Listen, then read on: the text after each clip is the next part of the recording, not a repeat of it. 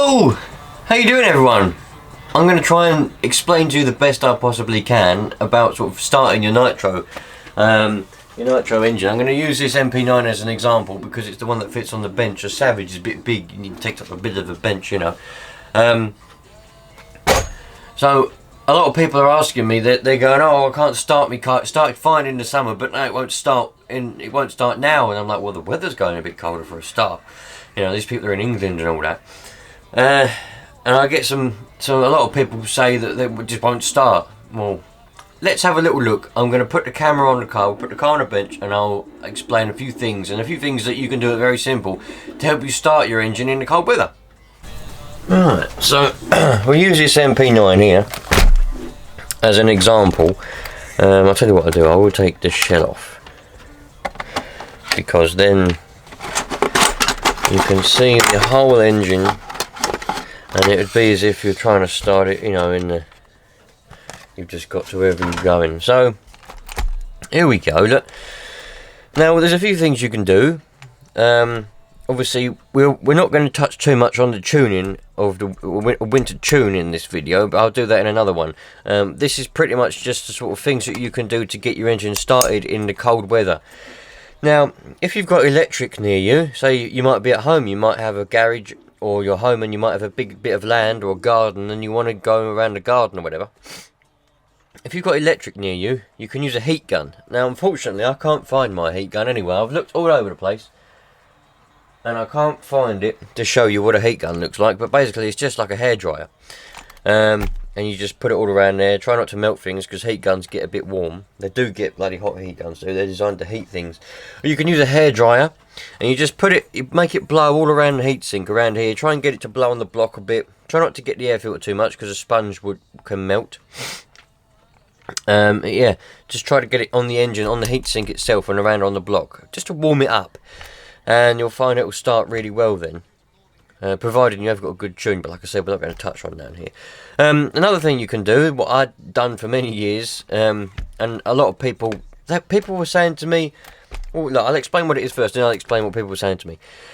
If you've gone out and you've got a real live car, a real sized car that you've driven to a skate park or something with, and it's cold outside, you can leave your car running, go around to the exhaust, and put the exhaust on your engine here. So, let's pretend this bottle here is the exhaust on the car, right?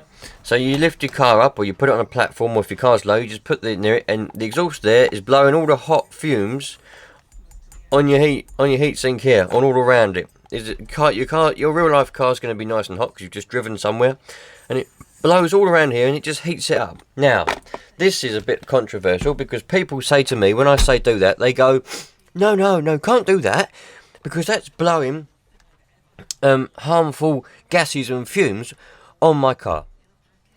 Well, I agree, it is. However, this is an internal combustion engine, exactly the same as the one in your car.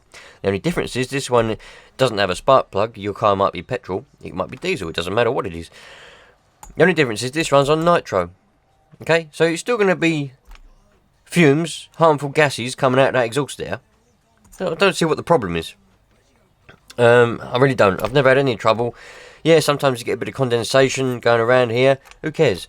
It's a nitro engine. It's going to burn it off when it gets hot. It's fine. And the stuff you drive, some people drive these and all sorts of stuff. So you can use that. Another thing you can do is if you've driven somewhere in a real life car, before you drive there, when you get out your home and you put your nitro car in your real car, you put it down on the footwell. If you've got passengers, ask them to move their legs aside, or put them somewhere. Or if you haven't got any passengers, put it on the front passenger footwell. Put the heating on your real car to blow on feet, yeah? And then it'll heat up the footwell, and it'll be blowing on your engine, okay? So that'll warm up. By the time you've got to wherever you're driving to in order to use your nitro car, it will be heating up. You know, this will all be nice and toasty by the time you get there. And then all you got to do is get out and do everything you need to do. The last thing you get out of the car is your nitro car. You put the glow starter in, you put some fuel in, boop, away you go. Now, the next thing, which is really the proper way, of doing it nowadays, and I've only just recently invested in one of these myself a few months ago. Well, actually, no, it's about a year ago now. Is an engine heater. They're about £20 in England. I never invested in one myself before because I couldn't see the point. I always used my real life exhaust or a heat gun, one or the other. I never, saw the value in using a thing. But I decided to invest in one, and they are very good and they do the job. So all you do with these, the only downside is you have to carry a LiPo battery with you, a 3-cell, in order to power it. So if you forget this, but you bring this, it's useless. So you must have this and it must be fully charged. Now all you do with this is you wrap it around like that. Fits on most engines. You plug it in, you press the button, and that heats up to 250 something odd degrees Celsius.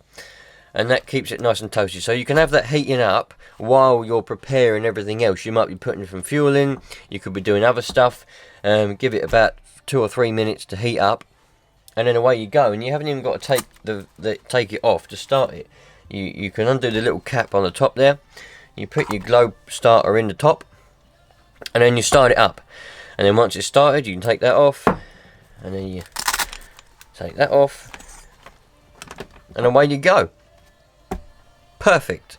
So, there's a few tips that you can do. I mean, the first ones I told you about, if you've got £20 or whatever these cost in your country to spend on an engine heater, then go and do it. But if not, there's plenty of ways you can heat your engine up. Okay? That's all it needs. It doesn't matter how you heat it. It just needs heating it in the colder weather, because they're a compression engine. They run on compression rather than spark. A petrol engine runs on spark from a spark plug in there, so it doesn't need to be hot. I don't know what the flash point of nitro is. I've forgotten. I did know. I know diesel is 52 degrees.